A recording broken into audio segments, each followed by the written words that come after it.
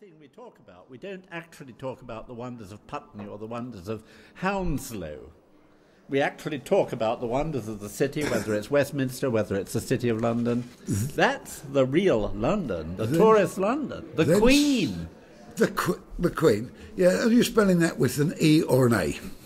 I know that there are plenty of queens in the City of London. Whether there are queens in fact, the proper Scottish sense, yeah, I certainly think you need to know the suburbs. The big question is, what is Britain? Because at the moment, there is a map going around that takes Ireland out of Britain, whereas we call it the British Isles.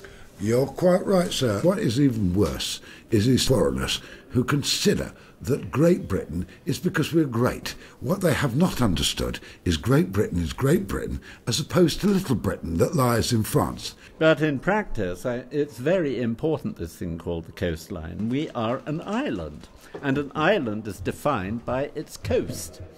It's not like one of those continental places which just does not have a coast. That is the key to this understanding of this country. But I think foreign languages like German deliberately developed to keep, in fact, their sneaky treatments behind our backs. So they're all learning English, yeah, but they keep their own foreign language so they can plot against us. But my problem about the coast is Brighton has simply ceased to be, in fact, a place to take young ladies now.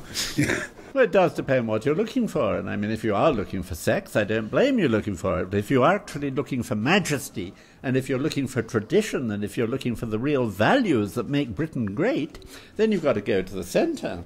Supposing you ever wanted to live right in London, would you actually like to live in Acton or Harlington or Potter's Bar? No, you'd go right to the centre.